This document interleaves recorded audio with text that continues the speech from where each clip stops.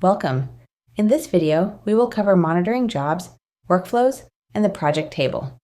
After submitting a job, the job monitor at the top right of the toolbar can be used to track the status.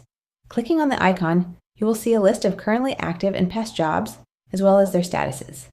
Use the Monitor button to access more detailed information about your jobs. From this panel, you can track log files or other job-related files in real time. Kill jobs as needed and generate postmortem files to send to support. The use of a panel or the building of a model often precedes the use of another panel in a typical workflow. Most simply, we can narrow down the steps of a workflow to build, simulate, and analyze. To facilitate working through projects and workflows, workflow action menu buttons are often incorporated into the entry list directly.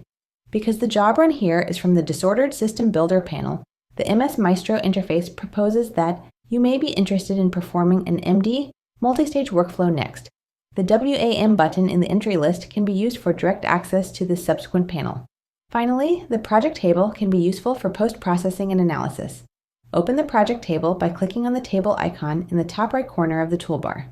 The project table is organized to directly mirror the entry list, but with additional visualization of properties, the ability to import and export data, access to graphing tools, and more.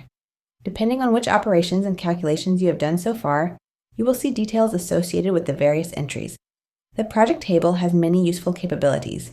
Right-click on any property for access to additional functionality, including hide, sorting, coloring, and more. Use the property tree to show or hide properties in the table.